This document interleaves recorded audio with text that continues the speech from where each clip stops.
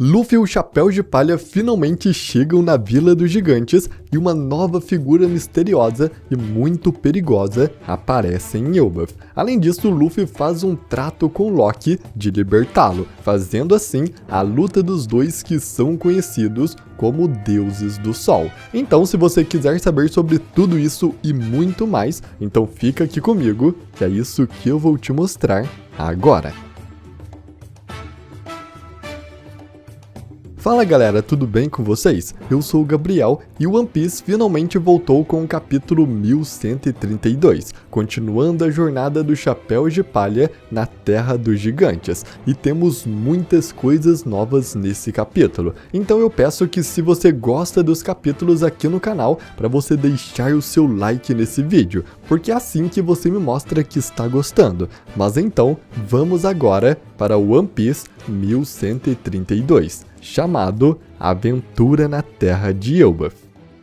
O capítulo começa onde o último terminou. O navio dos gigantes Dory Brog está chegando ao porto de Elbaf. Vendo isso, um pequeno garoto gigante corre para recepcioná-los. Esse é o mesmo garoto que estava no bar com Shanks no capítulo 1076, e o seu nome é Colon. Colon, então muito feliz, vai ao bar e diz para a mulher de lá que a tripulação dos piratas gigantes guerreiros finalmente voltou. E então ele sai correndo para fora e grita para eles olharem para ele. Colon grita mais uma vez perguntando se eles vão parar no bar para beber. E Brog responde com um gesto de mão que não irá parar. Colon então entra correndo novamente no bar, dizendo que eles não vão parar ali, e a mulher lhe diz que isso é razoável, até porque eles estão com convidados. Ela então diz a Colon que ele deveria também ir para o Reino do Sol, que é onde o Dory Brog estão indo, e dá uma cesta para o garoto pedindo para que ele entregue para uma pessoa chamada Ripley. Colon então fica extremamente animado. Ele fala que os piratas que os capitães Dory Brog estão trazendo são os Chapéus de Palha, e diz que Shanks falou com ele sobre o capitão desta tripulação pirata. E ao dizer isso, vemos um flashback do Shanks dizendo para Colon para nunca se esquecer desse nome, do Luffy do Chapéu de Palha. Todo animado então, Colon pega a cesta, amarra em um galho e, pendurando em suas costas, ele sai saltitando até o Reino do Sol, onde Dory Brog estão levando os Chapéus de Palha. Enquanto isso, Hyruddin com seu companheiro Stansen estão voltando de uma caçada no submundo de Elbaf, onde eles foram para pegar carne para receber os Chapéus de Palha com um banquete, e eles acabam vendo o navio dos piratas gigantes guerreiros chegando em Elbaf. Hyruddin então diz que eles estão indo em direção ao Bifrost e que conseguirá alcançá-los. E bom galera, Bifrost é uma ponte de arco-íris na mitologia nórdica que conecta a Terra dos deuses Asgard com o mundo dos humanos Midgard. A cena então muda para os navios dos gigantes e eles de repente se deparam com um enorme arco-íris que deixa os Chapéus de Palha fascinados.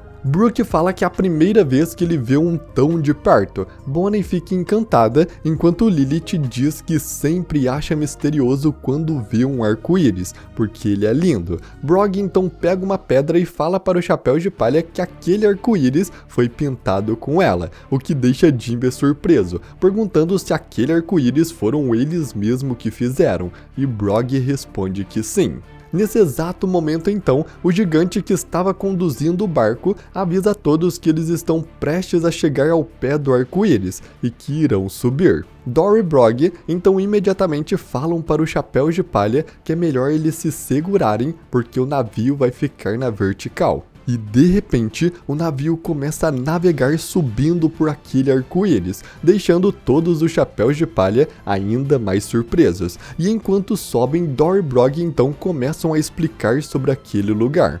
Eles dizem que a sua vila em Elbaf fica no meio da árvore e que eles podem chegar lá bem rápido cruzando o arco-íris como ponte. E quando eles chegarem até lá, é para todos se prepararem para um enorme banquete. Mas Frank apenas grita perguntando que raios de explicação é essa, como eles podem cruzar um arco-íris, e Nami assustada diz que um arco-íris não passa de uma refração da luz nas gotas d'água, ou seja, ele não possui nenhuma massa. Mas os gigantes, sorrindo, apenas dizem que se vem um arco-íris, você os usa de ponte. Eles falam que está com um bom vento e é o clima perfeito para isso, dizendo que ainda eles não possuem a resistência do mar quando estão navegando por ele, então o navio irá navegar muito mais rápido, fazendo os Chapéus de Palha ficarem malucos por isso realmente estar acontecendo. Jimbe até mesmo diz que quando Luffy e os outros verem isso, eles vão ficar doidos. Bonnie olha para fora do navio e diz que é lindo, que eles estão navegando em um mar de 7 cores, e o Robin diz que ainda há muitas coisas que eles não sabem, enquanto o Brook canta Binks no Sake de fundo. Mas, de repente então, Hyruin alcança o navio de Dory Brog e pergunta se os Chapéus de Palha estão ali, e ao serem informados sobre o que aconteceu, eles entendem que o Luffy vai se atrasar um pouquinho, e diz que foram caçar um alce só para ele. Dory e Brog então dizem que alce é delicioso e já está até com fome, mas Hyruin diz que é para os Chapéus de Palha, e eles podem ficar apenas com os restos, fazendo os gigantes rirem alto com essa resposta.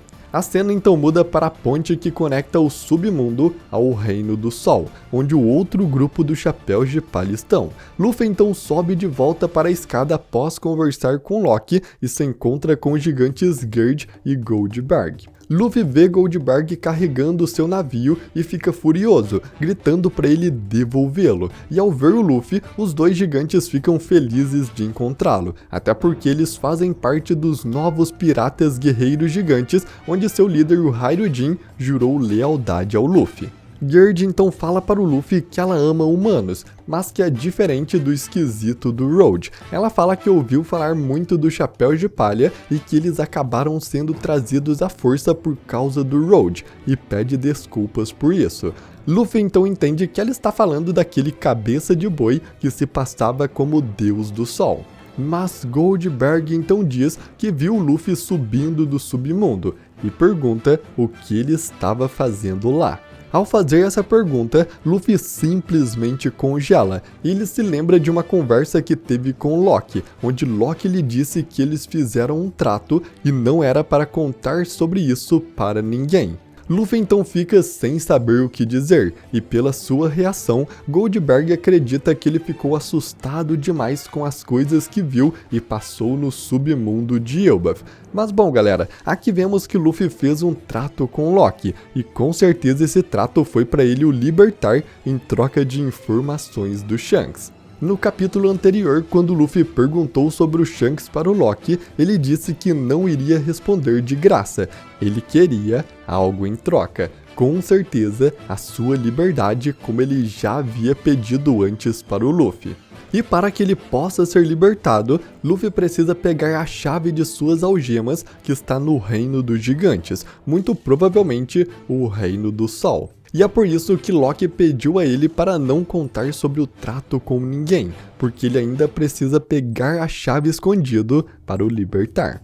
O que quer dizer que logo Loki estará solta, e como ele mesmo disse, o primeiro que ele irá acabar é o próprio Luffy. Então a batalha entre Loki e Luffy já está anunciada, a batalha daqueles conhecidos como deuses do sol. A cena então muda para o outro grupo dos Chapéus de Palha que já passaram a ponte e chegaram no Reino do Sol. Porém o gigante Road está atrás deles. Ele corre desesperado dizendo que achou seus brinquedinhos de volta e que irá levar eles novamente e trancá-los para sempre. E quando Road estava prestes a pegar Nami Chopper, Zoro e Sanji armam uma armadilha para o pegar, cortando uma árvore e a derrubando em cima do gigante. Nami então diz que nenhum animal cairia nessa armadilha meia boca, insinuando que o Road é apenas um idiota.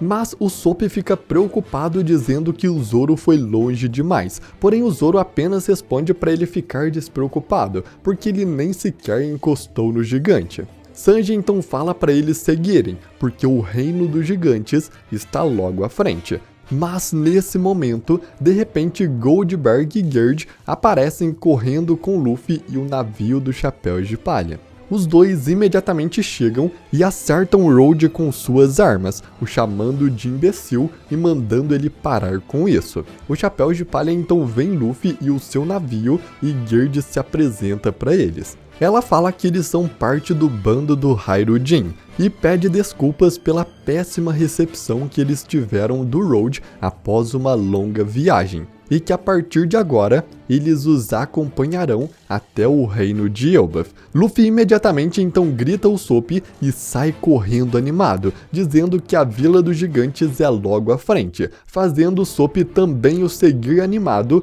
gritando que quer muito ver. Gerd então grita de longe para eles seguirem pela floresta e eles vão achar algumas nuvens, e quando chegarem até elas, eles conseguirão ver a vila. Ela então pega o restante do Chapéu de Palha os colocando em seu corpo e diz que vai logo atrás do Luffy e do Usopp. Enquanto isso, Dory e Brog junto com os outros Chapéus de Palha chegam no topo do arco-íris e falam que quando eles passarem das nuvens, eles poderão ver a vila. Eles explicam que Elbaf tem 3 níveis. No topo da árvore fica o Reino do Céu, no meio fica o Reino do Sol e na base fica o Submundo. E que existem muitas vilas no nível em que eles vivem, que é o Reino do Sol, e que é tão grande que nem dá para ver por inteiro. O navio então passa as nuvens e podemos finalmente ver a vila de Elbaf, com várias casas, castelos e cachoeiras. Luffy e Usopp também chegam até as nuvens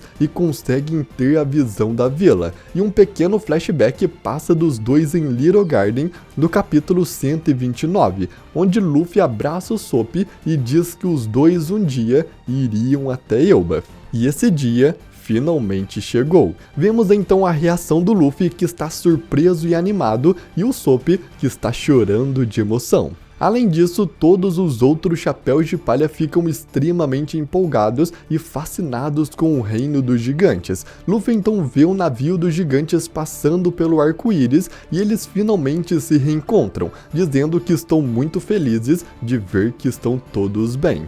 Mas após passar o reencontro, Luffy, Usopp e Chopper então percebem que eles estão navegando em cima de um arco-íris e ficam fascinados, dizendo que eles vão subir nele também.